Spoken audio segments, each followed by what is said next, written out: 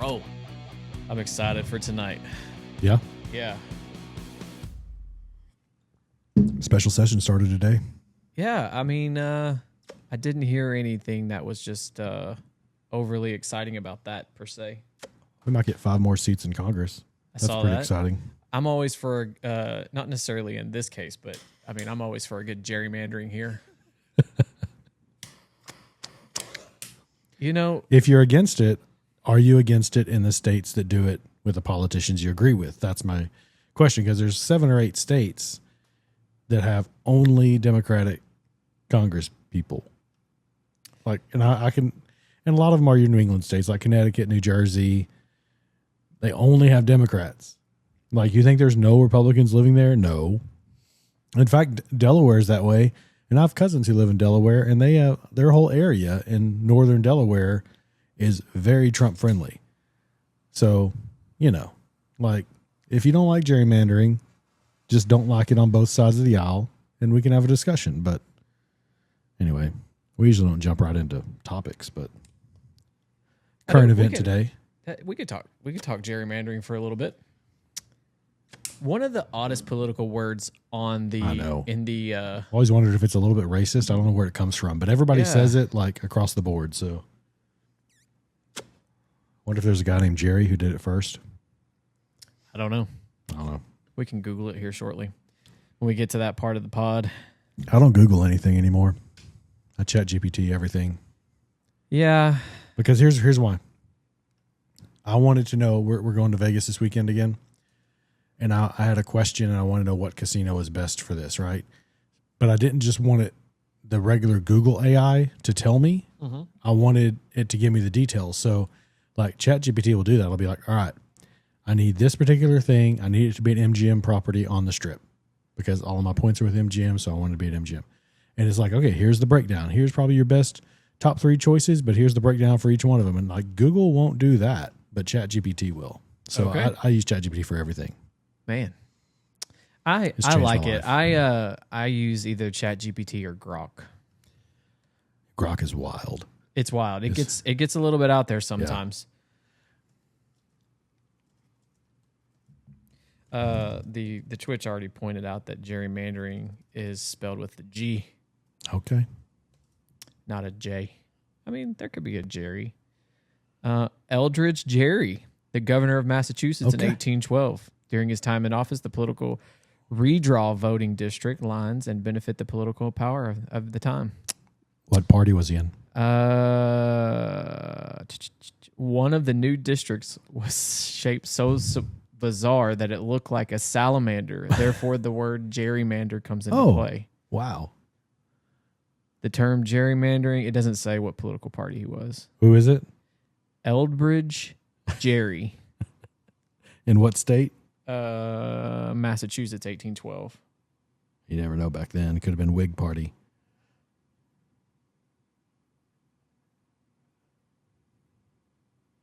Yeah. Interesting. He was a member of the Democratic Republican Party. During his later political career, he was James Madison's vice president. Okay. Until he died. He was there for like a year. Nice. So there you go. He opposed. Okay, so here's what it tells you his political affiliations were. He opposed the Federalist. So those became Republicans. Yep. So he was an anti-federalist. Yep. Man, I feel like I should know this guy's name. He was a signer of the Declaration of Independence also. Well, I mean, you don't think about gerrymandering as a person who would have signed you know what I mean? Like the topic doesn't come up and go back to that far back. In my opinion, like I wouldn't think that would be something that would go that far back. Man, why did... And the Twitch says a terrible way to get your name into history. I don't think so. You got to think, too. He definitely was probably... I don't know this for a fact. I'm just going off of history of the time. You have to remember, a lot of those people that were up there were big farms. So he probably wanted certain groups of people in his political district. It's very... I don't know. I'm shooting off the cuff on that one. Same party, but very... it feels kind of reaching across the aisle for Madison from Virginia to pick a Massachusetts governor for his running mate. Yeah. Well, they weren't picking running mates, but or did that change to Jefferson? No, I don't know when that changed, but I would say that it was been the second place at that time.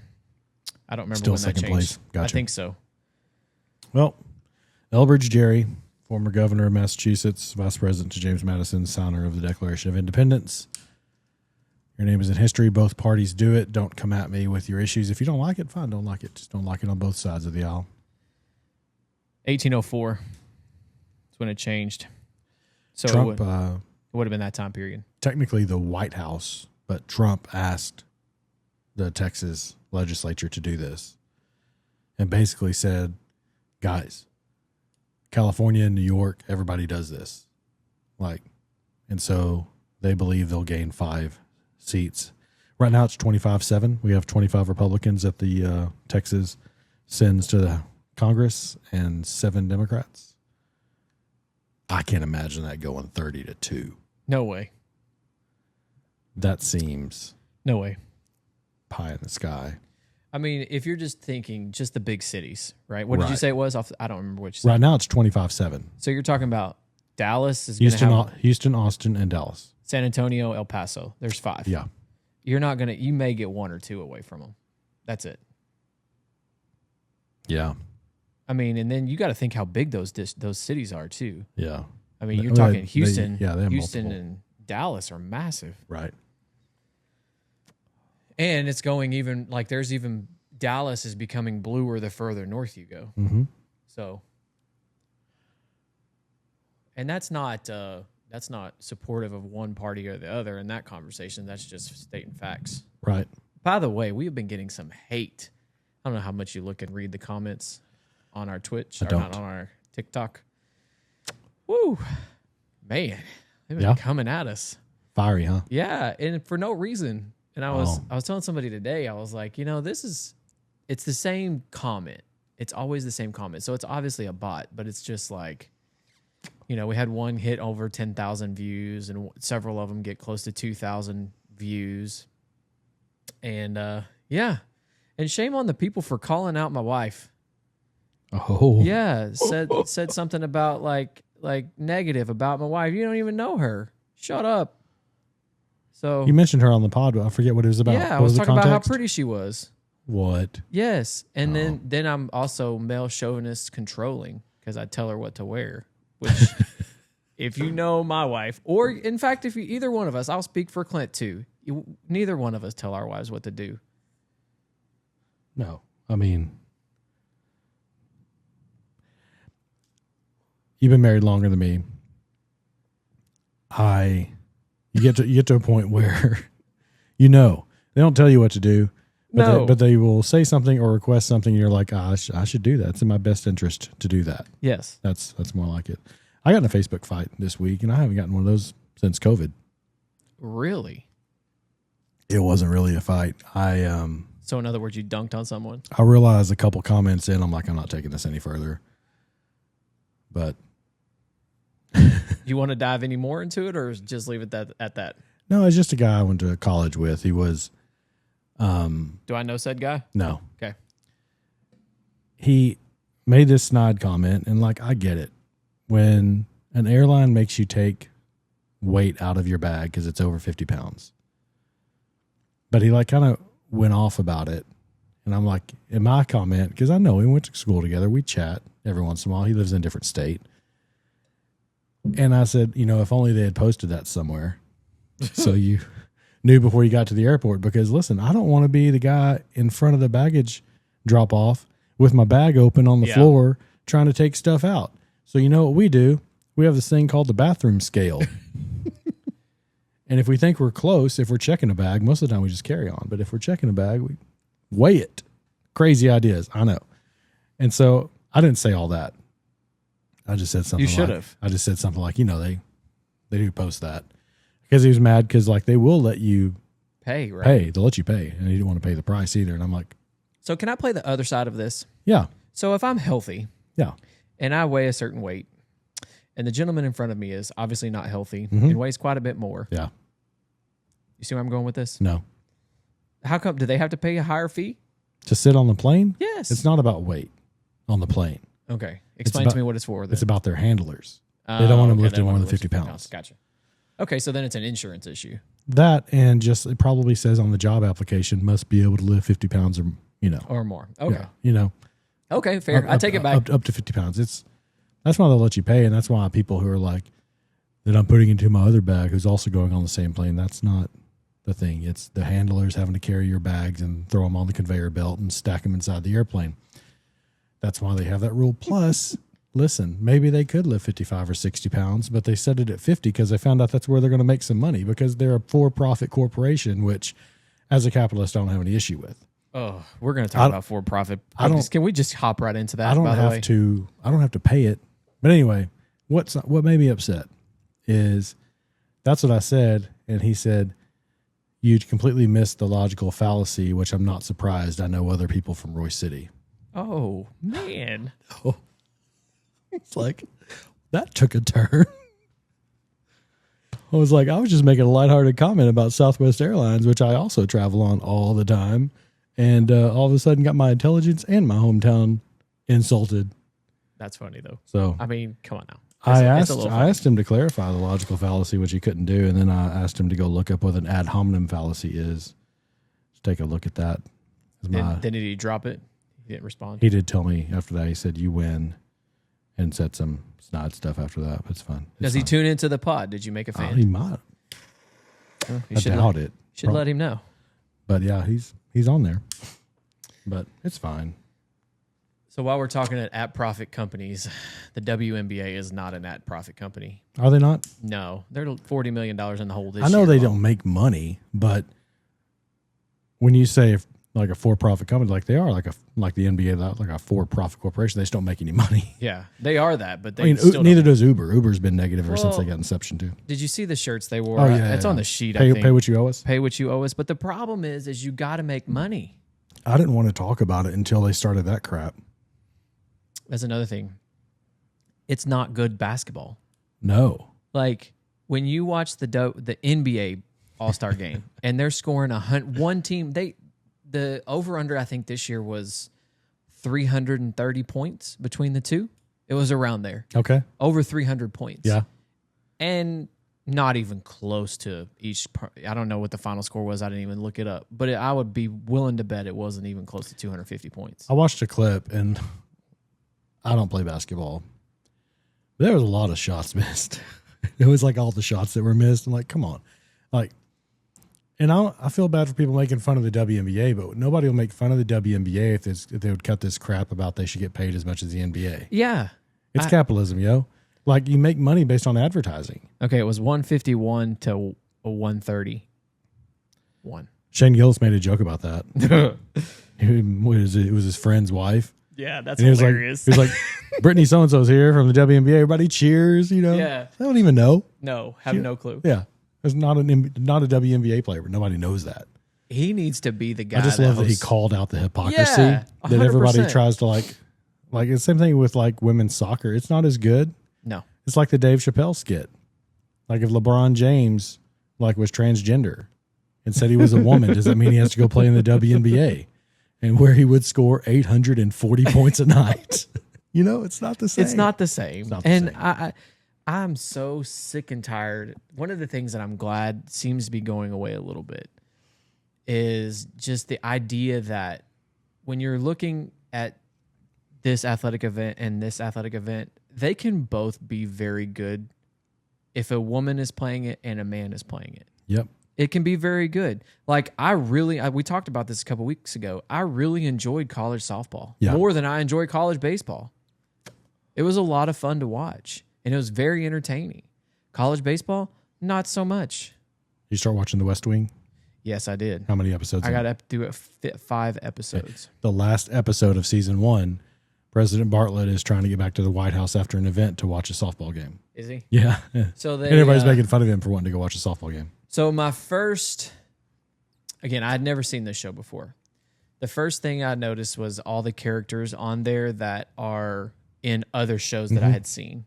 So, for example, I think the press secretary, her Allison Janney, and she's CJ. She played in Juno, the movie Juno. I mean, gosh, she's done a lot. She's done a lot. Then the lady that one of the writers, the speech writers, He's pretty prevalent. Rob Lowe. Yes, Rob Yeah. Lowe. He the lady that he met up with in the first 2 episodes. Yes, is Cuddy from Cuddy House. from House. Yeah. It's kind of weird seeing Charlie Sheen's dad in that role of president. That's kind of weird. Just I like because him. 2.5, he's good, but like I still connect Charlie Sheen to 2.5 Men. Oh yeah. So it's kind of weird. Well, I think Martin Sheen fits the type of president they were trying to make, which is that New England liberal ideologue, economics professor. He fits that role. Catch it really well. Did you drop ash on your? Yep. Hazards of smoking a cigar over a laptop. Yep. But also Bradley Whitford, assistant deputy press secretary. So he's gone on to do a lot. But it's good. I'll continue to watch it. Yep. I'll continue to watch it. It's been Dule Hill, his body man, is on Psych. the The dude on Psych, the black guy on Psych. Oh yeah. But it was good. I'm enjoying it. I will continue to watch it.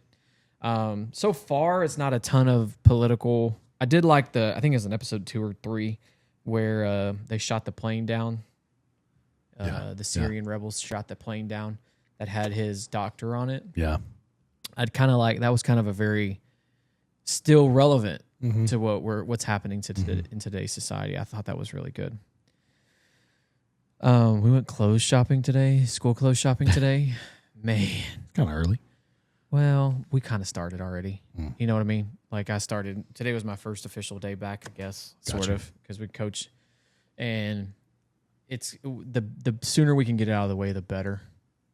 Because, once we start rolling with in-services and stuff like that, I think that starts next week.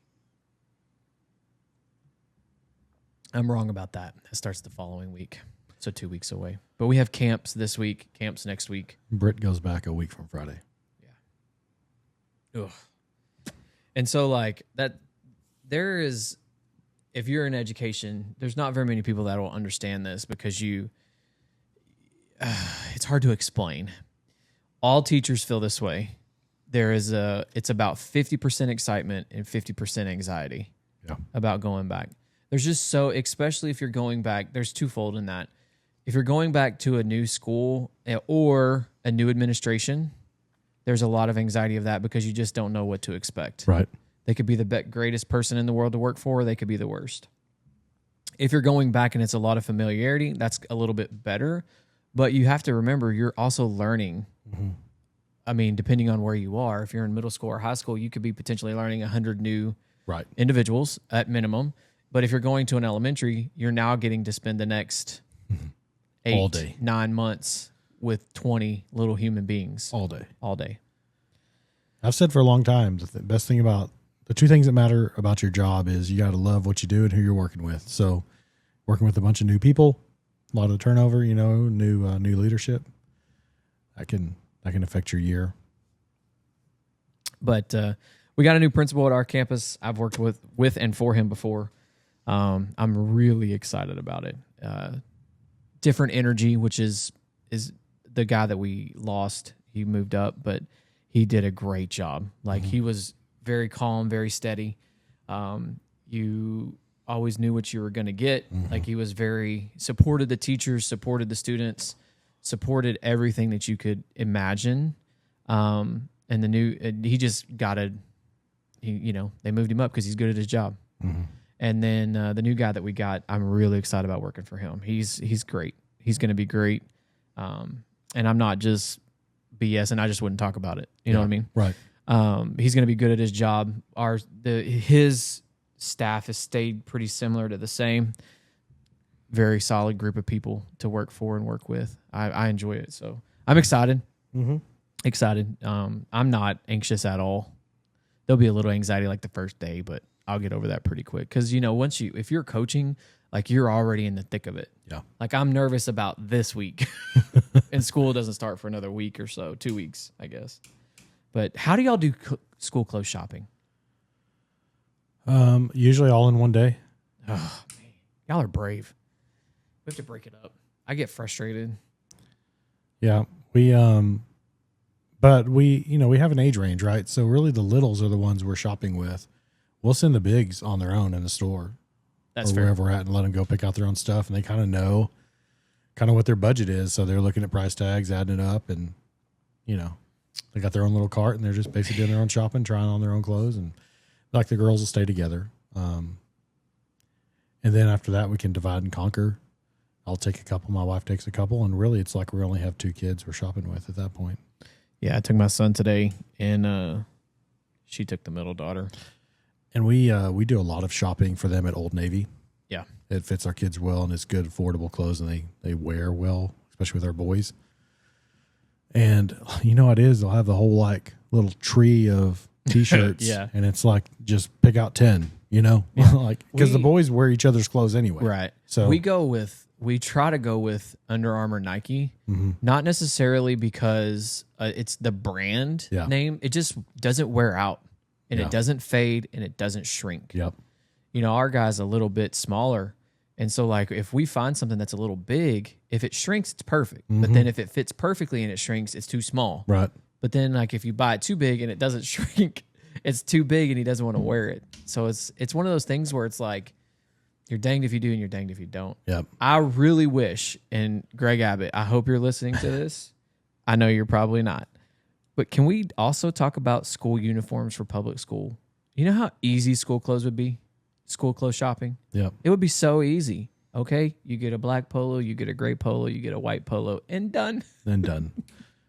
Some khakis. Here's your Monday shirt, your Tuesday shirt, your Wednesday. That's how I do. Some people in the office pick up on it. They're like, oh, that's your Monday shirt. I'm like, yeah, pretty much. I don't change my attire because it's all the same gear. Yeah. I mean, it's basically the same. But What was your favorite place to shop growing up for school clothes? we didn't really have one. I didn't really have one. We stayed local. I mean, growing up here, I mean, you didn't really have all that much. We would go over to Town East Mall occasionally, or we would go down to Hillsboro to the outlets, which, by the way, are being torn down. Yeah, I saw Did that. You see that? I saw that. But I was going to say that mall you mentioned is rough these days. It is. But it used to be great. It used to be awesome. Yeah. It was a lot of fun. But we would go over to Bell's every once in a while in Rockwall back when that was there. But, I mean, for the most part, my parents just, I don't even remember. I will say that this. big a deal. We don't do a big, like, it's not a huge haul for school clothes. It's to get you through a couple months. Oh, for sure. We don't do but when I was growing up, like, you're buying your clothes for the whole year just about. Yep. You'll get a little more around Christmas, but that's what you're going to get. But I also think it was because we didn't have places to shop either. Mm-hmm. Like, we'll buy shorts, T-shirts. The girls buy different stuff. But for the boy, for my son, we'll buy shorts, T-shirts, and then a couple, like a pack of socks, and then some shoes. Mm-hmm. I mean, because that's all about it. That's about all he wears. Man, we go through shoes. Man. We go. He needs new ones right now, but it's summertime. We're not buying new shoes in summer. Another thing that was brought to my attention this week was DoorDash. You can now pay with Afterpay or Affirm Pay. Yeah, I saw that a few weeks ago. I didn't know that was even a thing. You can finance your fast food. That sounds like a terrible idea. It is a terrible idea. 2 thoughts on that. If you have to finance your fast food, you probably shouldn't be getting fast food. That's the first thing. The second thing, if you have to finance your fast food, maybe just go get it. Yeah. Like, maybe just go pick it up yourself. But I guess if you're trying to finance it, you probably don't have the money in the account. So consumer debt is soaring right now. Yeah. It's one of the leading indicators. But recession percentages went way down these last couple of weeks. So it did. It went from Big Beautiful Bill helps with that. 70% to 19% chance. That's one of the things you talk about. Like, you can talk about Big Beautiful Bill and deficit spending and government debt, but it does boost the economy, and that's the direct result of recession chances going down. I mean, and different outlets have it at different, but everybody's. Where at the beginning of the year they were saying it was a shoe-in, especially with the tariffs, and that's why Trump wanted to get it passed and signed. Yeah, because he knew, the tariffs have an adverse or inverse effect than tax cuts for businesses. So getting those two things working together brings in more revenue, but also boosts the economy. And we'll just eventually not be able to pay our debt. I don't know how they're going to fix it, That's honestly. the downside to that plan. Like, I keep thinking, like, okay. Get some land and a garden and some cows, man. I got the garden going. We did have some success this year. What do you grow? Tomatoes, corn. We usually have pretty good success with peppers, but bell peppers, but we didn't. They died this year. And then that's about all we do. Tomatoes and corn. I call mine a salsa garden because I'll do tomatoes, onions, and peppers. I do a lot of tomatoes. They're up above the back fence right now. Also potatoes, and I'll do some green beans. Yeah, I've never had success with corn before, but they came out, they were like this long. It's still corn. It tastes good. Yeah, it tasted good. But we're getting better at, like, last year we tried cucumbers and squash, and for whatever reason, like, the plants it didn't get pollinated for some reason. I don't know, but they got so big. Yeah. And would produce one little squash like this big. We didn't do squash this year. I ran out of room, but we do usually a little squash and zucchini. This weekend also going, like it's going on right now, is THSCA, which is the Texas High School Coaching Association.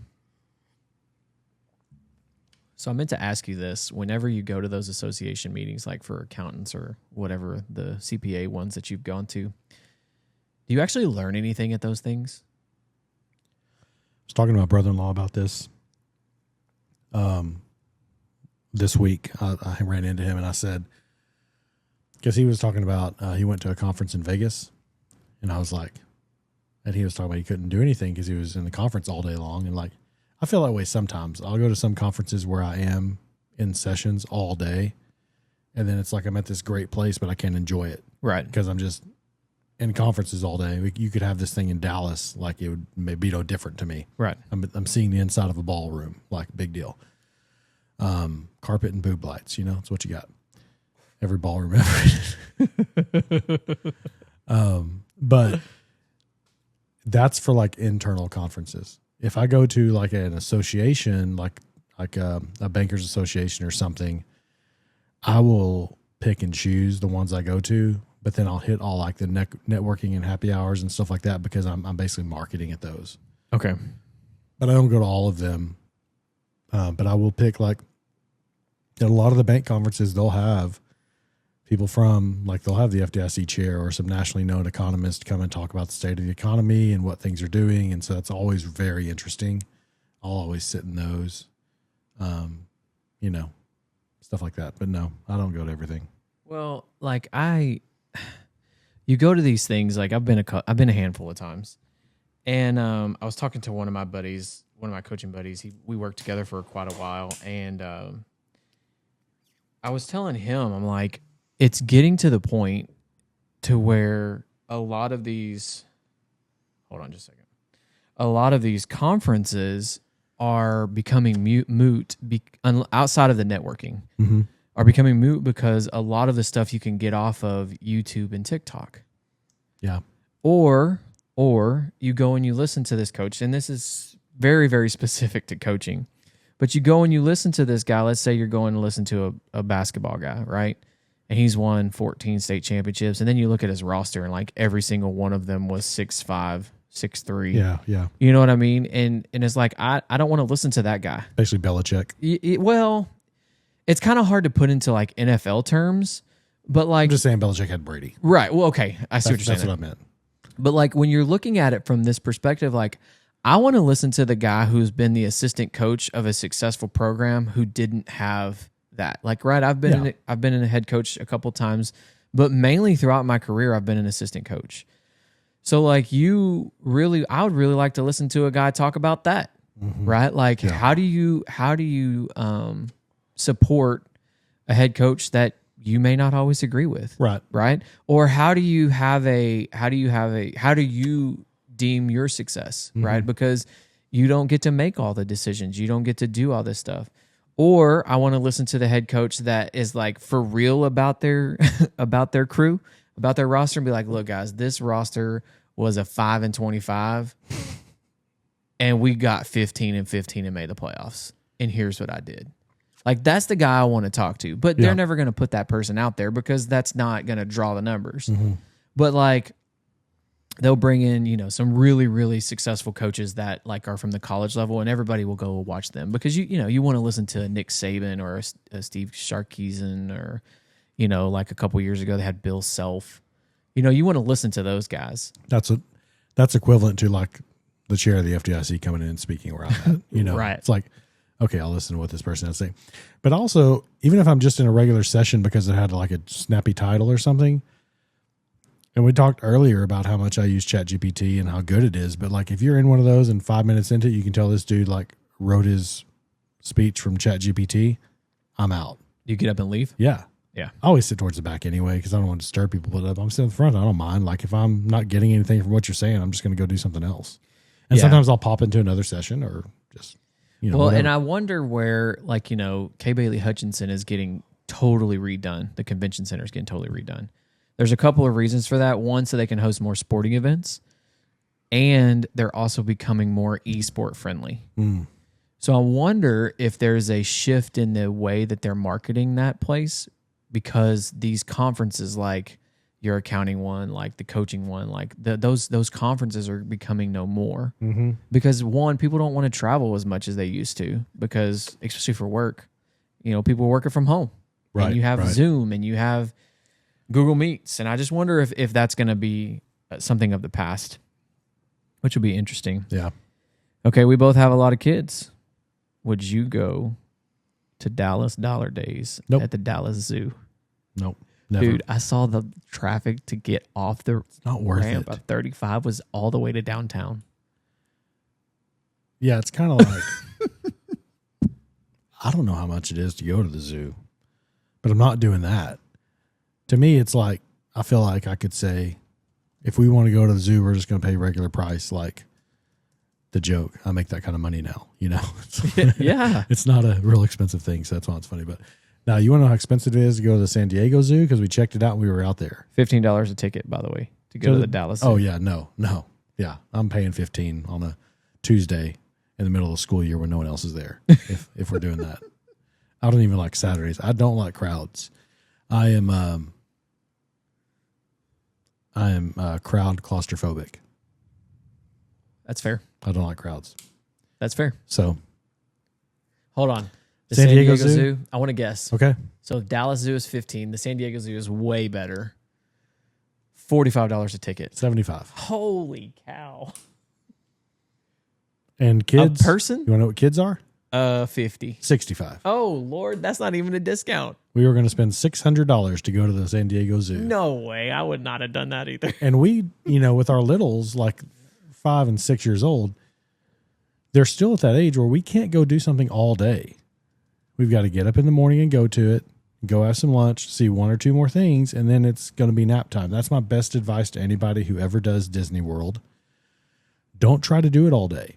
Stay on property or stay close. Spend that money, because what you're going to do is after lunch, you're going to go back to your hotel room and everybody's going to get a nap. And then about 5 o'clock, you're going to be walking back into the park all refreshed and everything while parents are taking screaming kids out the gate because they tried to do it all day. Like, if you got younger kids, work in a nap on the vacations. Golly, You'll be doing $75. It includes entry, guided bus tour, and the safari aerial tram. No way. There's no way I would do that. We didn't. You can do an updated plus pass. I did not have on my bingo card that we would be talking about the San Diego Zoo. We went to tonight. Black's Beach and saw the seals for free. Everybody's like, you got it. That's crazy. Everybody found out we were going, like, you're going to the zoo, right? You got to go to the zoo. I'm like, it can't be that good. It's still animals in cages. I do remember it being good. Like, I was a okay, kid but it's still animals in cages. I don't remember what all we went and saw, but I do remember thinking, wow, this is really cool. I mean, cool, but okay. What's so great about it? Somebody who's been to, like, we got Dallas. We're in the Dallas Fort Worth Metroplex. So the Fort Worth Zoo is better than the Dallas Zoo. 100%. So, like, somebody's been to the Fort Worth Zoo and the San Diego Zoo. Just tell me like what makes San Diego better. I don't know. I can't answer that question. They have a panda. They do have a panda. The Chinese didn't take that back. You know, you have to rent the pandas. Makes sense.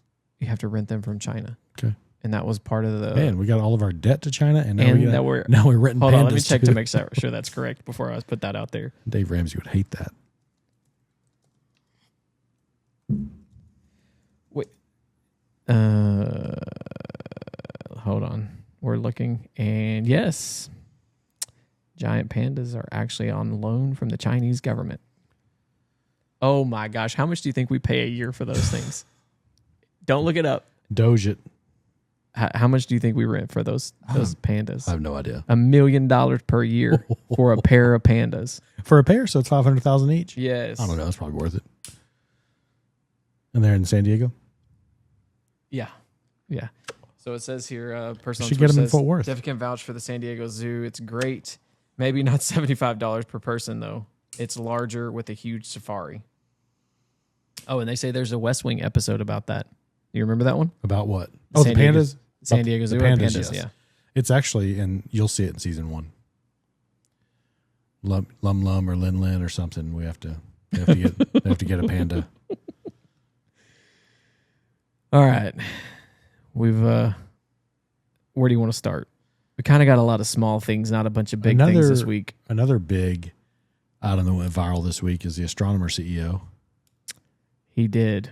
I put on our run sheet. I didn't want to talk about this, but then his response made it where I have to talk about it. Yeah.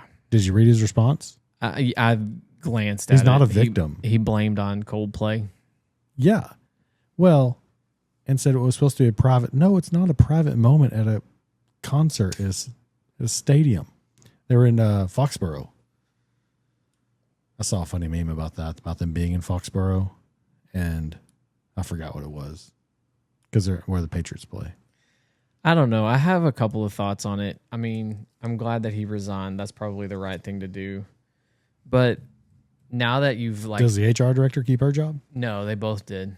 Okay. But the lady that was sitting next to them, I think she kept her job. Oh. The one that looked terrified that it was on the camera. A couple of points on that, a couple of talking points. Because this is a current event. I don't particularly like talking about this kind of stuff, but it is what it is.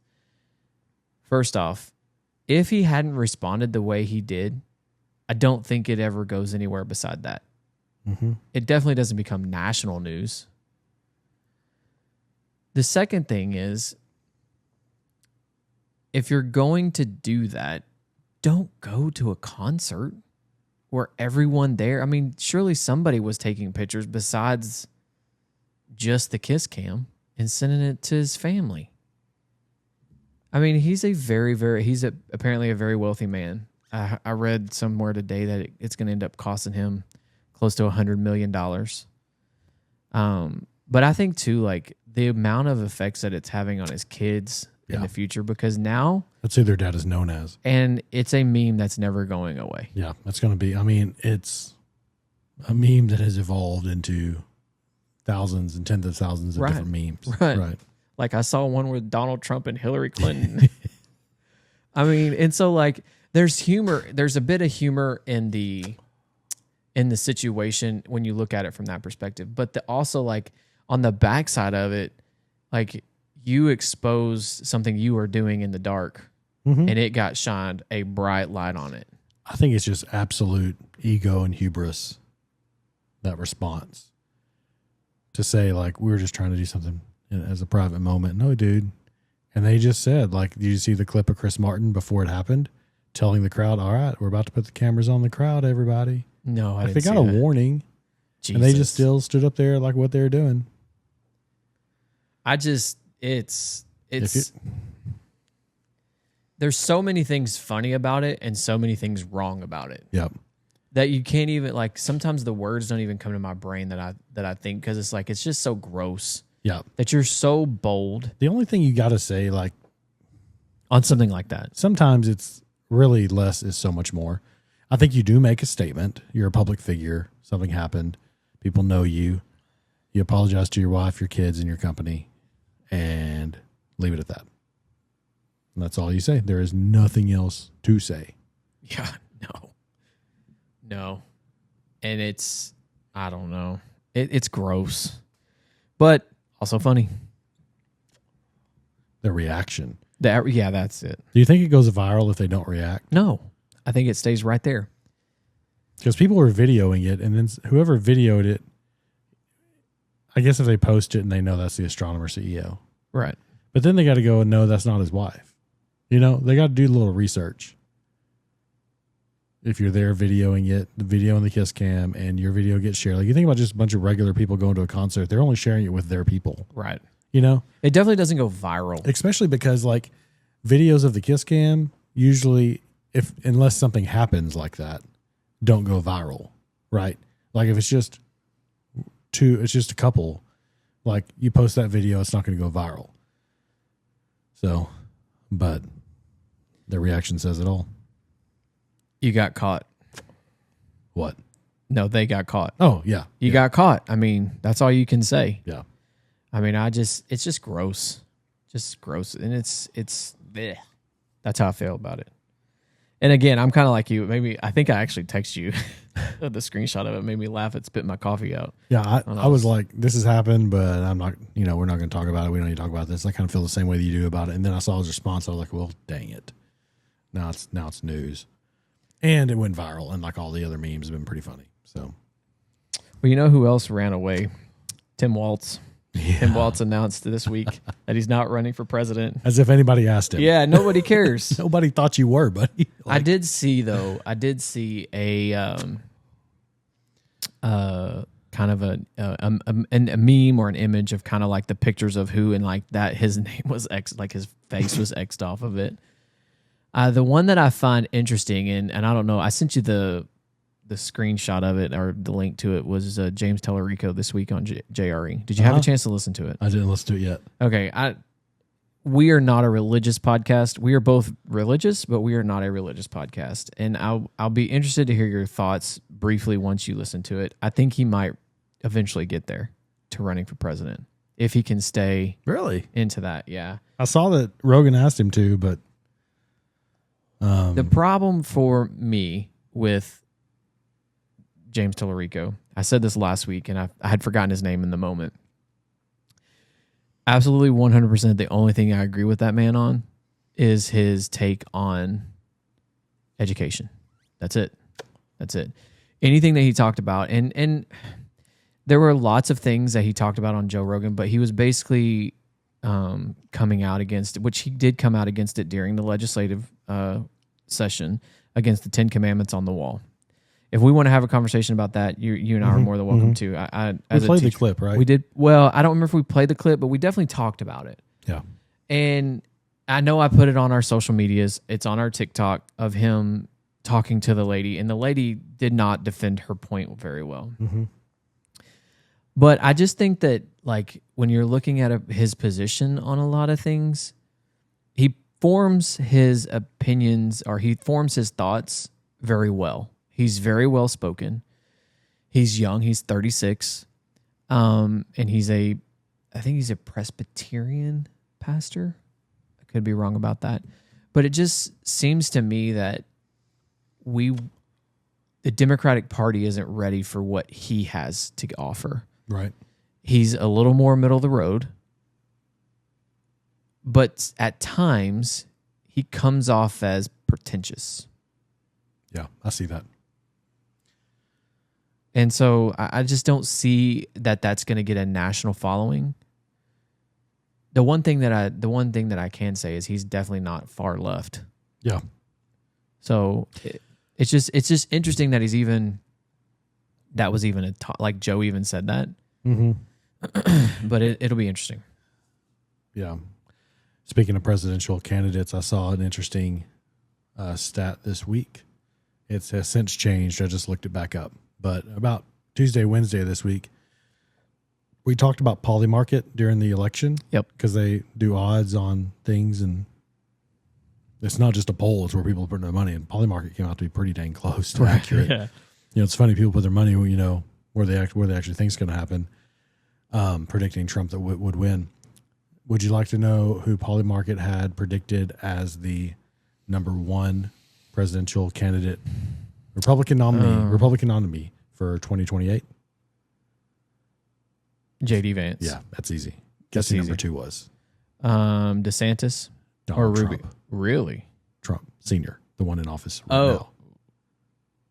Okay, he said he's not going to run. I know, and he can't. Like he's not going to. He can't. But it's just funny that Why would you even put your money on I that? him too. Now he's tied for third, but Okay, who's second right now? Rubio. Rubio. So Rubio was right behind him by 0.5% earlier in the week, but I thought it was just funny. Like and it's really low. Like JD Vance is almost 60%, Right. and Trump was like sitting like 5.5, and Rubio was 5. Trump's now 5. Now Rubio's 7. Okay. As of right this second. So it's funny, but there's enough people putting money that Trump is going to be a Republican nominee in 2028 that it's got 5% in Polymarket, which is pretty good odds if it happens. Did you know he's tied with a third? You won't guess this one. Hold on. You can, but What state? Are they from? negative. Oh, he's not a politician. He's not a politician. Yeah. Elon Musk. No. Okay, then I was gonna say Cuban, but you would have said I would have guessed that. Trump Jr. I was gonna say I'm surprised he hasn't taken more of a political, like he hasn't stepped into the forefront this time around. Like he's still there, but he's definitely not going hardball like. Set my cap on fire that time. Yeah. I thought you were about to light your hand on fire. He definitely hasn't gone near as like into the political realm and the political face of a party or of a presidency as Hunter Biden did. Like even though Hunter Biden was in the news for bad reasons, Yeah. he was still there. Like you see Trump Jr. out there, but it's definitely not like the first term. Yeah, that's what I'm saying. First term and during Biden, he was way out there. Yeah, and he the first 6 months so far he hasn't been. Mm-mm. And I mean, I suppose that could change. I mean, you could see that change, and you could see. I mean, heck, a lot of things can happen between now and 2028. Along those lines, and just note to the listeners, we actually didn't talk about this, so if you disagree with me, have at it. There is definitely going to be some significant talk about what Tulsi Gabbard has been releasing about the Obamas and Russia collusion and what she calls basically staggering evidence about the Obama administration knowing that it was made up and still continuing to push it. But as we've said so many times, I would like to let this one settle for a little bit. Okay. And then we can talk about the initial effects. So I do want to talk about the initial effects. But I think we're going to be a lot more effective and have a lot more sense if we let it settle for a week or two and actually see what's out there that she's declassified. So it kind of goes back to like with the Epstein stuff. Like I realize we've been sitting on the Epstein stuff now for years, right? What, almost a decade, right? 2016, 2017. Something He along died in those. 2019. So 5 to 10 years. Yeah.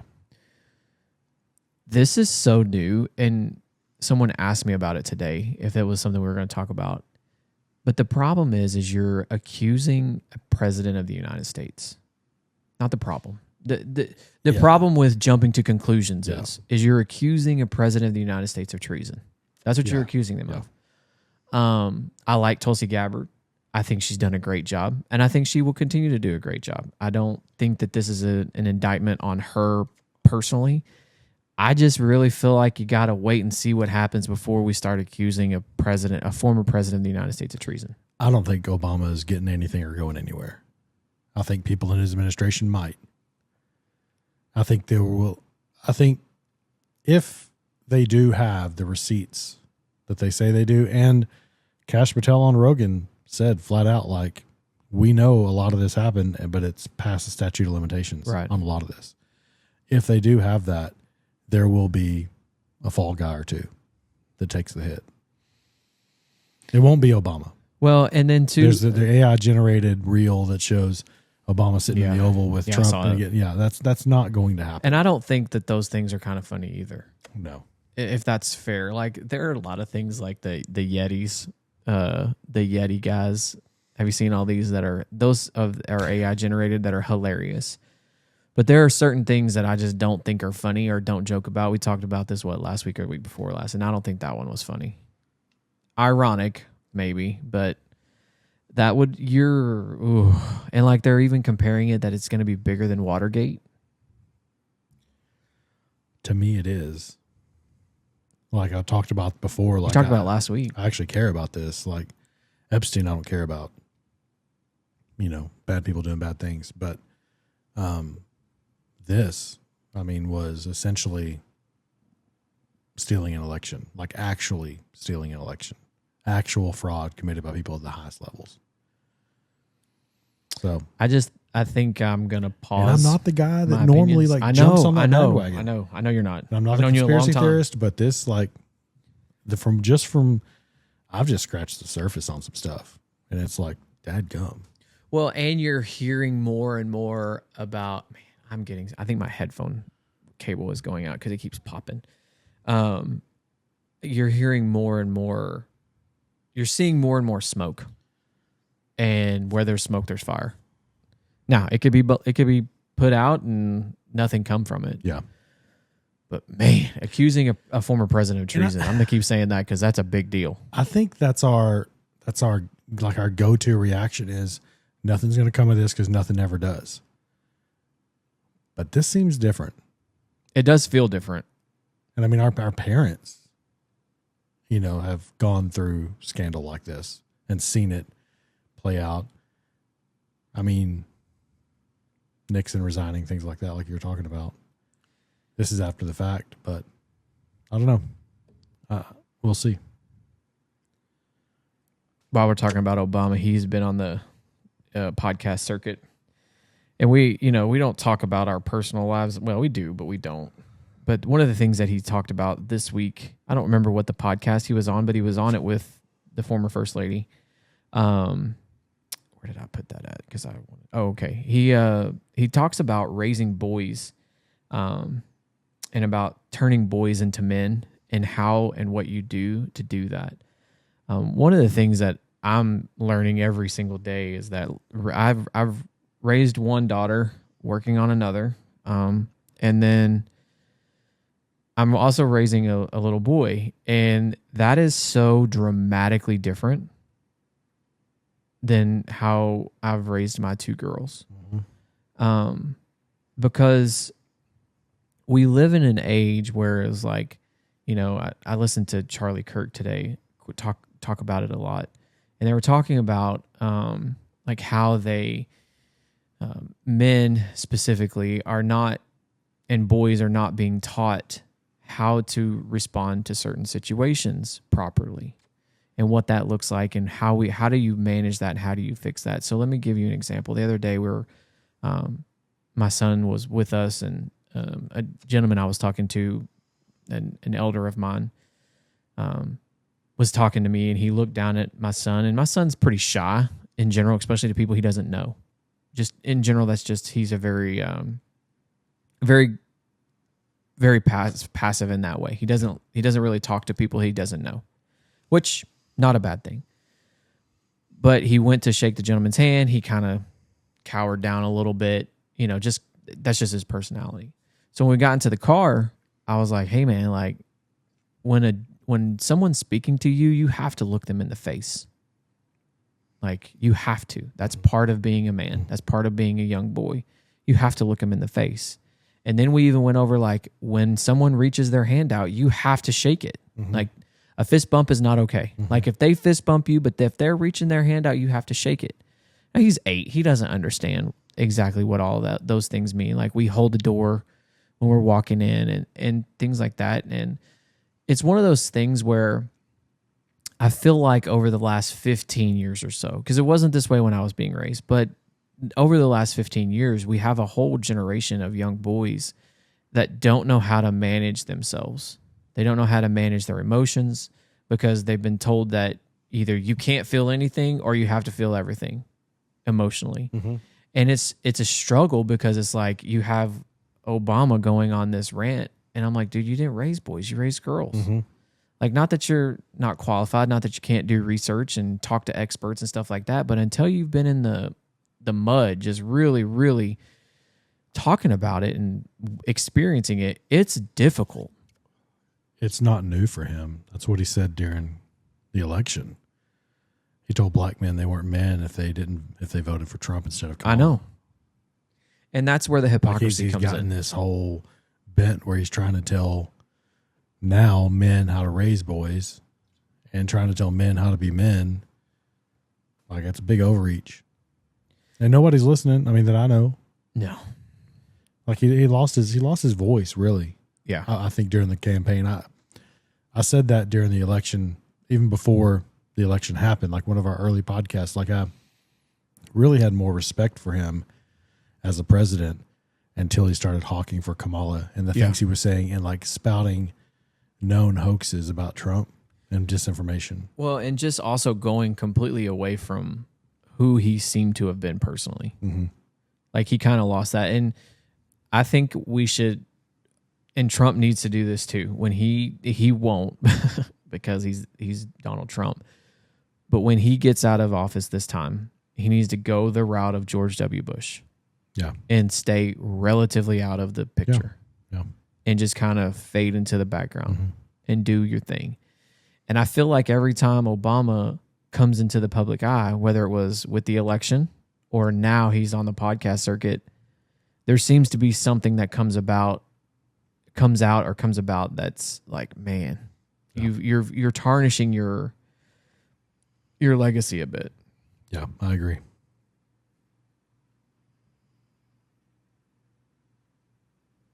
It's a tough transition.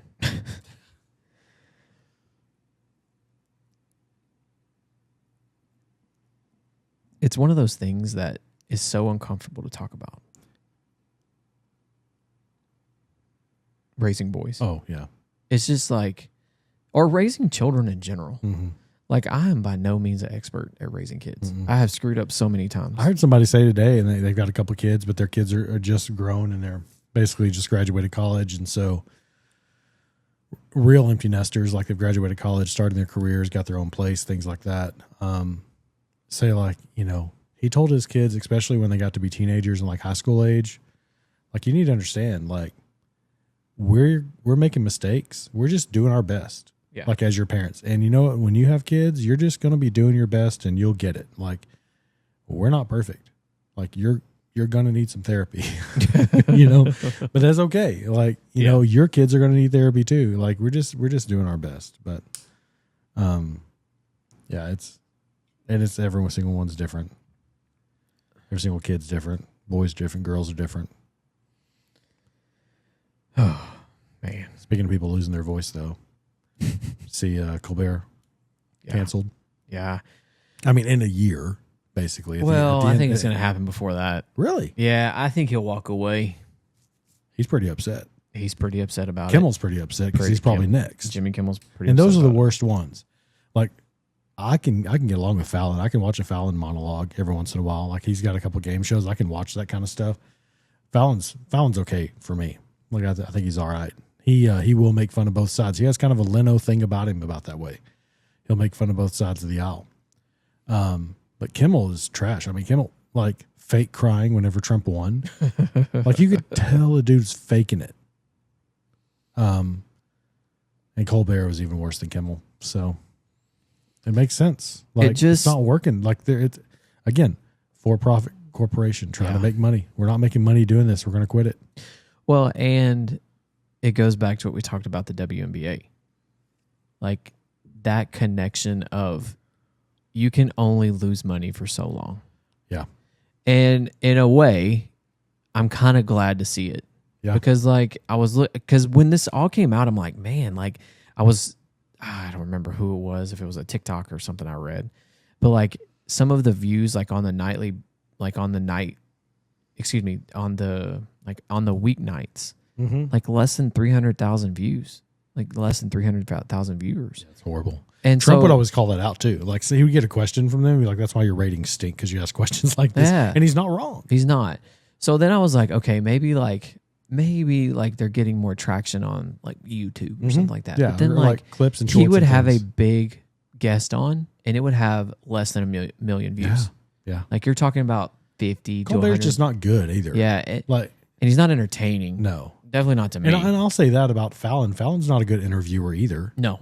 You know, he's no Johnny Carson or even Leno. Even, I mean, Conan, like Conan, because of his crazy antics and his late show stuff, forget the dude went to Harvard. Like, he's not dumb. He's not stupid yet. You know, and he does good interviews. His podcast is great because he gets to sit with somebody for an hour instead of doing 6 minutes with him on a night show. So, but yeah, Colbert's not great. Kimmel's worse. They were filming Kimmel when we were in LA, and so that was fun. at a different theater, not as normal. Like he was at the El Capitan theater, but it was. I didn't go. Oh, okay. And I wouldn't have. I mean, I would go see people I disagree with, but I despise Kimmel so much. Like, I'm not wasting any time with that. Well, and two, it's like, it's not entertaining. It's not. And like every once in a while, they'll have like a live guest on that I like a music act that I want to see, and I'll just catch it on YouTube. Yep. Like I'm not tuning in on the weeknights to watch that at all. Not at all. So it's one of those things too that I think is dying. Like that form of entertainment, it's kind of like your TGIF Friday type situation. Those 30-minute episodes of comedy are going away. Yeah. Like it's kind of sad too, because like broadcast TV is dying as well, because you can't. This falls in that same vein. Like you can't compete with a Netflix or HBO Max or Hulu or Disney Plus. They're just not entertaining. Well, and those shows are available on Hulu. Like you think about the good shows, like why not go watch it on Hulu? Like if you like your NCIS or whatever show you like to watch, like go catch it on there. Well, and a lot of those shows are going direct to stream. And the direct to stream route seems to be the way to go. Yeah. But you can't, like, I don't feel like those live shows like that do well on a direct to stream. Does that make sense? Like the biggest show on YouTube right now that's a live one is oh gosh, it just left my brain. It's down in Austin. It's filmed at the mothership. Are you talking about Cool Tony? Yes. Yeah. That's the biggest live show right now. Yeah. And it's only on YouTube. Yeah. And like he's getting 50 million views on some of his stuff. Right. And so that's funny. It is, but some of it's not. But it's entertaining. But yeah, that's a better way to put it. It's entertaining. And so it's one of those things too, like you can't continue to put out again, the WNBA. If you're entertained, then people will tune in. Right. But then like when you have something that is entertaining, like Angel Reese missing a shot and those guys were gambling on it. Yeah. Well, I guarantee you people were tuning in just to see for the first few seconds of the game. Yeah. But at least you're getting viewership and that's entertaining. Yeah. And then WNBA squashed it and went to DraftKings or whoever it was that they were gambling on and said you can't do that anymore as a prop bet. Like that's how you're getting any of your viewership. But that's part of the shtick, right? It would be like if Kill Tony and they did away with one of the bits that works really, really well, which is pulling a name from a hat. Or if they started censoring them or something, Yeah, and so it's if you're going to continue down the route of unsuccess, not having success, then Kill Tony's I'm not going to call it the blueprint, but like Colbert and Kimmel would stand good to watch Kill Tony because they will make fun of Trump. Yeah, I saw several whenever the Signalgate chat thing happened. Yeah. They were calling that out all the time. Like you can make fun of it, just be funny. Yeah. Well, and like we see Bill Maher and Jon Stewart seeing success. Yeah. But again, they're not placating to one side or the other. Like, well, I mean, they're a little bit more to the left. They're definitely left. But they are also calling out when they see it. Like Bill Maher will on like deportations, he's staunchly against them. Like he's not picking up on these are criminals side of things, So yeah, they're definitely left, but they call a spade a spade. I think Jon Stewart's hilarious to the Twitch. I don't agree with his politics. He did used to be funnier, But He's not as funny now as he used to be, in my comedy opinion. I think his delivery is funny. When he took back over the Daily Show, it wasn't but when he had the Daily Show the first time. Right. I've watched some of it, and I'm like, okay, Well, it's still funny, and it's fun. I'll watch it, but it's not like it was before Noah, what's his name, had it. This is going to be age me, and I think the Twitch is probably not going to get this, but did you ever watch The Man Show with Adam Carolla? It was very I know vulgar. who that is, but I never watched that show. So like when they did it the first time, I thought it was funny. I was a teenager, so it was always stupid, fart jokes and stuff like that. And crude humor, but it was really funny. Yeah. But then they tried to bring it back later on in like the mid 2000s, early 2010s, and it wasn't funny because they had changed it too much. Got it. Kind of the same. That's kind of how I would equate it. But while we're talking about things coming back, the UFC is going to be on the White House. That's not coming back. It's never happened I know. before. It's going to be great, though. It's going to make America great again. Do you have thoughts on the? I can't. Hold on. I know you have lots of thoughts, but I can't wait to see what all this is going to be. Yeah. So we're talking about the 250-year celebration of the United States. Dana White and President Trump are working on having a UFC fight on July the 4th on the South Lawn. Yeah. Dana White said it's going to be the Saphir on steroids. That's what his quote was this week. I don't know if you don't follow UFC. I don't follow UFC like enough to talk about fighting, but I do follow it a little bit.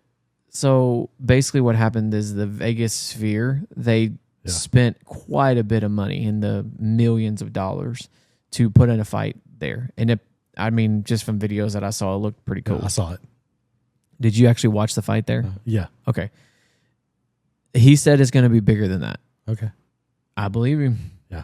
But I also wonder what else is going to be going on there. Yeah. Like, are we talking about the Centennial World Fair type stuff, or?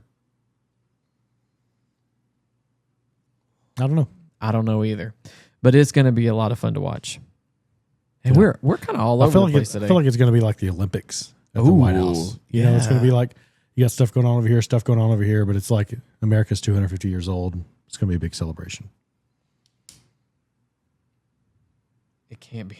Oh, well, the Olympic, the Twitch says, here's what it can't be. It can't be another Olympic opening ceremony. Oh, yeah, that was pretty bad. That was pretty bad. It won't be. It won't be that. I'm confident. I'll put that bet on Polymarket right now. Like I said at the beginning of the podcast, there's not a whole lot of big stories out this week. A couple of other touching points. In-N-Out Burger is moving their company from California to Tennessee, moving to Nashville, north of Nashville, corporate. The CFO said that it was too difficult to run a business in California and raise a family. Yeah. And they're also looking to move and be a bigger player in the southern region. Change your logo. Yeah. What is their logo? Not their logo, but they got palm trees everywhere. You got palm trees on the Gulf Coast, but yeah. When you see palm trees, you think California and Florida. Yeah. It's a good burger. Are you a Whataburger guy or In-N-Out Burger guy? Whataburger is a better burger. Okay. In-N-Out's still a good burger. You know what I like about In-N-Out? It's like $4. You know? Yeah. If you need some cheap burgers. I just don't like it. It's all right. It's very oniony to me. What's your top 5 in order burger? Since we're all over the place tonight. We are all over the place tonight. Everyone loves a list. We're going fast food? Or just in general? No, like any place. Any burger, anywhere. In no particular order. Whataburger. No, it's got to be in order. Hold on. Whataburger. Okay. I love a solid double quarter pounder with cheese. Yeah. Snuffers bacon burger. That's a good burger. with hickory barbecue sauce lightly drizzled. Yeah, that's a local spot. Five Guys with the double bacon, double cheese. Okay. And I think that's it. Okay. Pause. It's a very local place, but the barbecue joint there in Fate. Yeah. The food truck place. Yeah. They have a very solid I can't remember the name of it off the top of my head, but they have a very solid burger. Yeah. Also, like, again, my wife makes such good food all the time. I really like when she makes cheeseburgers at the house. Yeah. Yeah. We do burgers. We try to do burgers once a week. I like it. Oh, that's a great point, Twitch. They got to get the Nashville hot In-N-Out flavor. That'd be great. You talked about that last week. I love Nashville hot chicken, but they want to add it. They want to, their menu is like 2 things, you know. Aren't they one of those places that has like a secret menu? Yeah. I don't know it. Don't care, California people. I will do the Ray Hubbard Rodeo Goat. Okay. I had very high expectations for that place when we went, and it didn't meet that high expectations. You ordered the wrong thing. Okay. Well, you'll have to tell me what I need to order. Really, the Choco Oaxaca is not really a burger, but is it good? Is that the chicken? I mean, it is a burger. Is it chicken? It's like chorizo. It's like a chorizo burger. It's really good. Some guac on it. Mm-hmm. Okay. So yeah, Choco Oaxaca. I'll try it. Give it a shot. But the Ray Hubbard's really good. My favorite there, like I said last week, is the Firebird, their Nashville hot chicken. So I like some Rodeo Goat. I do like I'm a number 5 Whataburger. Mustard and pickles only. Okay. Get all that lettuce and tomato off of there. Yeah. Just give me that bacon. I'm just meat and cheese. Bacon, 2, number 5. Some people say they'll get a number 2 so they can get the double, and then they'll add bacon. Yep. I respect that. That's what I do. Respect that. I do like a good old McDonald's burger. Like, there's something about that McDonald's burger. I would like it. I haven't had Five Guys in a while, so I can't really comment. We've got a couple local places here that are really good. A place called Joe Willie's. Yeah, I was going to say that. It's a good burger. I like their onion rings. It's good stuff. Now I'm hungry. Yep. Had sushi for dinner. Yeah, it's a problem with sushi. You're hungry. Yeah, it is. And then, like, we talked about this, I think it was last week. You eat it, and you're like, oh, that was so good. Mm-hmm. And then, like, an hour later, you're like, I didn't just spend $100 on sushi. Yeah. Still hungry. Still hungry. Twitch says Brahms. Brahms is a good burger. I've kind of slept on Brahms. Yeah, haven't been there in a minute. It's a good burger. Wendy's does too. I think we've just decided that all burgers are good. We're easy to please. Not all burgers are good, though. There are some crappy ones out there. So while we're talking about food, it's a great transition. Make America healthy again. Coca-Cola is going to go to real sugar. Now, anybody who knows me and has been around me is I'm a Diet Coke guy. And if they go to real sugar, I don't know what I'm going to do. Because it's not diet anymore. You got to have all the aspartame and all the stuff in it that makes it not healthy for you. So I made a list, or I got us a list here of all the things that has happened or has changed, and I'd like your feedback one way or the other. Okay, Coca-Cola cane sugar reformulation. 90% of ice cream brands, including the very good and the one and only ice cream company, Bluebell, is going to go away from synthetic dyes. Okay. In 2026. Heinz, Kraft, and General Mills has all made pledges to go dye elimination. So that means all cereals, most cereals. And if you don't know anything about the big food groups, not the food groups, but the food manufacturing groups, Kraft, Heinz, and General Mills are pretty much the biggest ones. Right at the beginning of the election when this all started, Steak and Shake is a good burger. Steak and Shake, we forgot it. We slept on it. It's a good burger. I like the Frisco Melt. Oh. Which is like, it's basically when they're smash burgers. But Yeah, it's got Freddy's burgers are good. It's got the Thousand Island on it there, Frisco Melt. I'm not a big fan of Thousand Island. On a burger, I like it. Not me. I'm out. I'm a mean cheese only guy. I'm a man. Not even ketchup or mustard? No. Really? Just you meat eat that cheese. thing dry? No, it has cheese on it. And you got bacon grease, so it's not dry. I love mustard. I can eat mustard out of the bottle. That's disgusting. I love it. I think that will be the most. I will hold that against you for the rest of our friendship. I dip my french fries in mustard. Oh, what? It's good. You try it. No. Mustard and black pepper? No. Yeah, it's amazing. Absolutely not. You Mustard goes good communist on over everything. there. No, it is not. When I smoke a pork loin, I fillet that thing open. Okay, that's different using it as flavor. Coat it all in mustard as a binder. Put some bell peppers and onions in there. roll it all up, season it up. Absolutely not. Mustard is. I hope when I put this on the TikTok that they blast you for that. I got two big old bottles of it in the fridge right now. There's two things we can't run out of in this house: Dr. Pepper Zero and mustard. That might be the worst take you've had since we've been recording this podcast. Probably. I don't like ice cream. What? So What? I got a different food palate. You don't like ice cream at all? No, at all. Never have. Man. I've tried to like it. What traumatic experience did you have that you don't like ice cream? I don't know. Even Bluebell? No. I'm an ice cream snob, so I will only eat Bluebell. So Bluebell's better than Tillamook? Because I hear people rave about Tillamook ice cream. I've never had it. Okay. Well, I know Bluebell's better because it's Texas. Because I literally will only eat Bluebell. Like if they're like, we have ice cream, I'm like, what kind is it? And they're like, Blue Bunny. Ice cream. Yeah. If they're like Blue Bunny, I'm like, no, I'll pass. No. You know that's off brand. So, also, infant formula makers have also come to the round table and talked about standards and making sure that all of the formula is manufactured in good form. Also, the FDA and the IDFA have steered ingredients away from their food sectors as well. The only thing about this is what I'm in. We've talked about making small steps to increase and make our country better. Mm-hmm. This is a small baby step. Yeah. And one of the things that I've noticed, Lay's Potato Chips is starting to run commercials on Disney about having dye-free potato chips. Okay. So I don't remember what the brand, it's like a white labeled bag.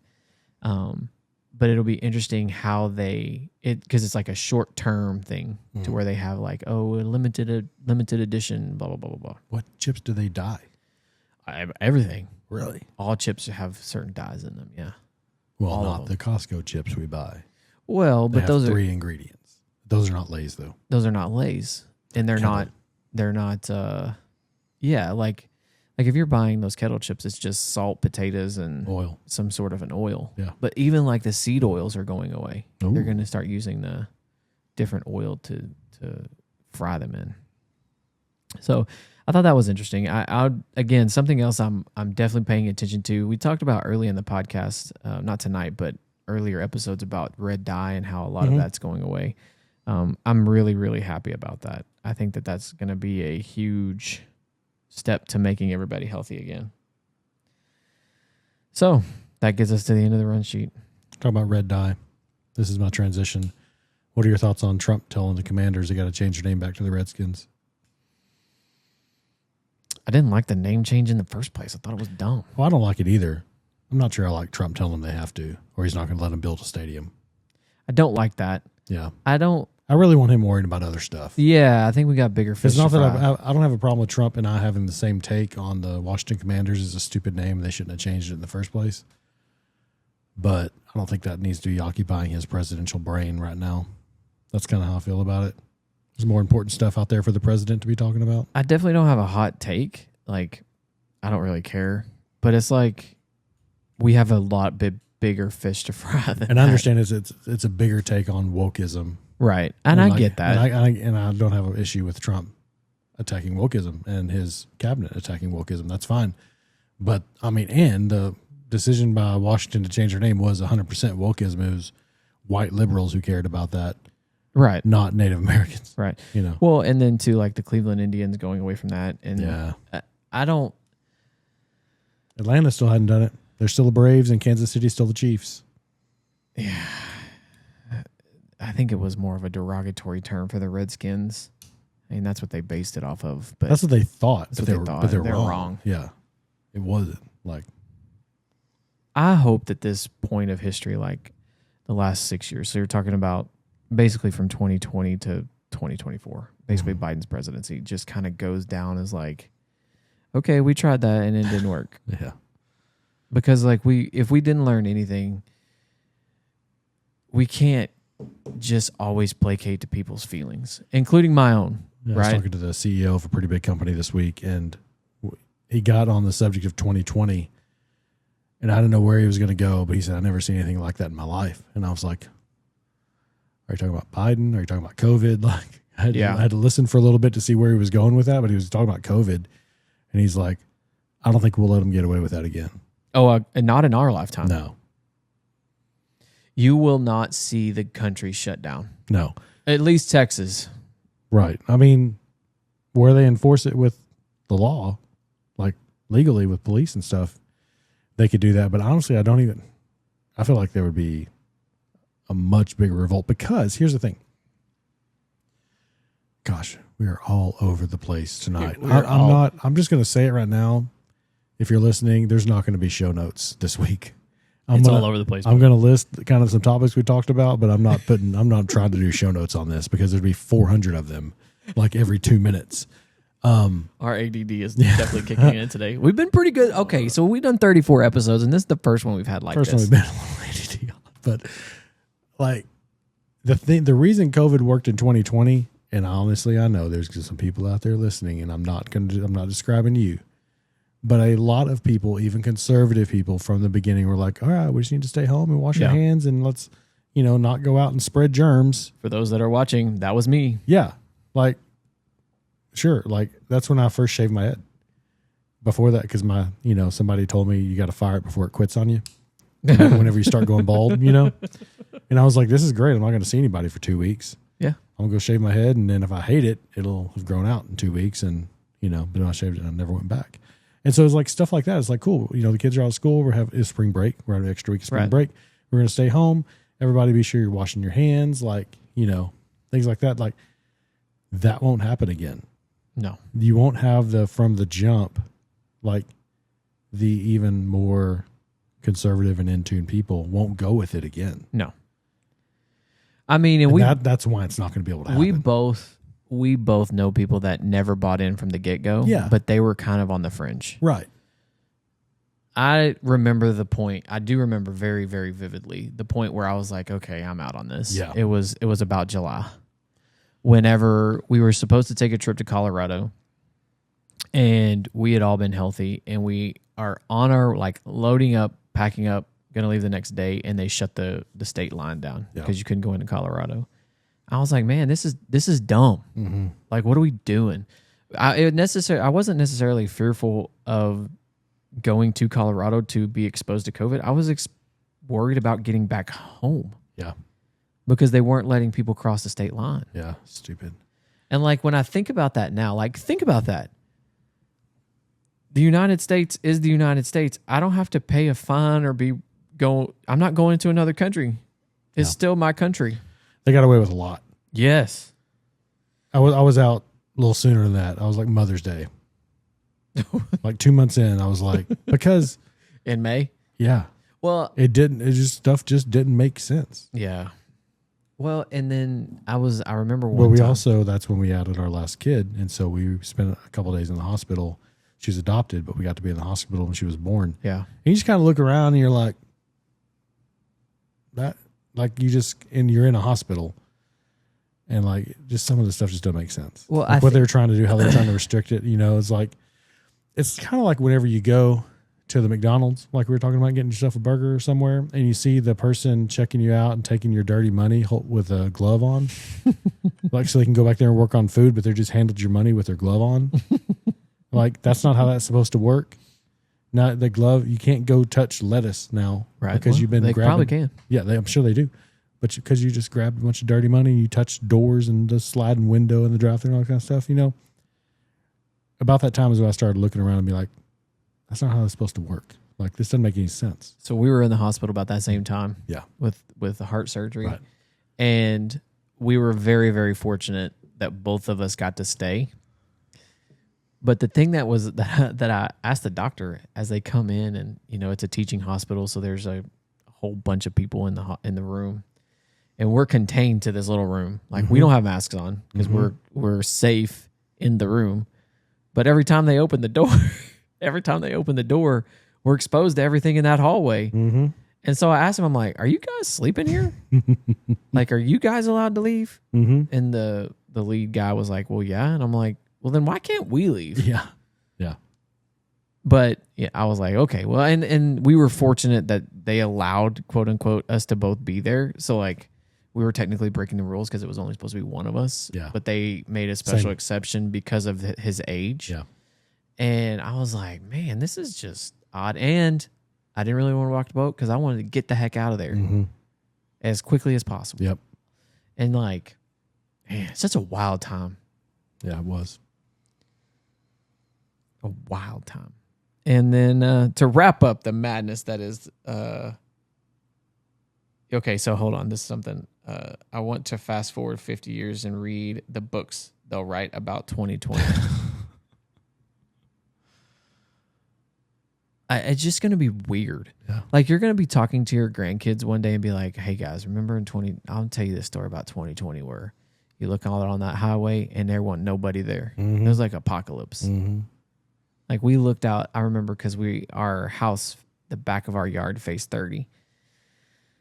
And early in the game, like you're talking about March 20th-ish, I look out there and I'm like, there ain't no cars out there. None, not one. It was quiet and it was eerie. Yeah. Because if you lived in this part of Texas, you know that I-30 is not quiet. It's always loud. Not unless it snows. And it was so quiet. So quiet. And then the last thing on our list, and then we'll wrap this shenanigans show up. Flatten the curve. I forgot about that. It was stay inside to flatten the curve. And then you kept looking at the curve and it just kept going like this, up and up and up and up and up and up. And then Two more weeks. I do remember one thing that we did as the district, and all the districts in the area did this, is we delivered food to kids. Oh, yeah. And so we would go up there and we had to be fully masked and like PPE and all the safety precautions that we took. And I just remember thinking, this is a lot of work. I mean, not that we weren't willing to do it, and our district spent money and people donated, and we had all kinds of, and it was well organized for what it was, but it was like, man, just a lot to take in. And like we're walking up to this house to elementary age kids and you're fully masked, and like think about the trauma that induced on them. Because, a lot of those kids' parents were, essential workers. So they had to go to work. So it's just there's a lot to unpack there. But wrapping up this, we need to find a great name for ADD podcast. This is what this episode's going to be. 0 illegal aliens were released in the month of June compared to 24,000 in 2024. Same month. Yeah. So same month, 12 months apart. 0, 0, 0, 0. It's been fun because we're a political current events podcast to watch everything change so dramatically. But at the same time, it's like, how long did it take to get here? Yeah. My worry is not, I'm thankful for that. My worry is about continuing it on. Yeah. How does that continue on into 26 and 28? And can you maintain that? I mean, kind of going back up into what we talked about, there was also with Russia hoax and Russiagate with Obama, there's some of his political groups are talking about to foreign countries saying, hey, just hang on. Yeah. Don't negotiate. Just wait. And that's, again, if that's true, that's treason too. Yeah, I think it's hubris on his part too. Yeah. Anything big coming up this week? Going to Vegas. Again. 4th trip this year. Are you going to make it a 10? You're going to make it 10 times? No. We'll go one more time. We're going in October. Normally, this will be our last one. It's kind of the last weekend before wife has to go back for teacher in service. So we actually normally don't like going to Vegas in late July because if you've ever flown into Vegas, it's hot. Yeah, but think about what that does to airplanes. Yeah. Like there was one time we were leaving out in late July. We've only been in late July one other time. And that plane took off, and I've never seen this happen before. That sucker was just trying to circle to get air, to get over the mountains. So we stayed on that other side for like a little bit, trying to get altitude to come back. To cross those mountains where the Hoover Dam is and like Meade and all that. And it was rough. And they're rough landings. because there's just so much turbulence, and then the air changes so much coming over those mountains coming in. So it's the only time there's really a pretty rough flight. I'm out on that. But yeah, we'll go back. We're gonna have a couple nights there, and I'm excited about it. I love that place. Well, as you know, yeah, we start camps this week. I said that earlier, and then we're in the thick of it. School starts, so yep. Have a great week. You too. Good trip.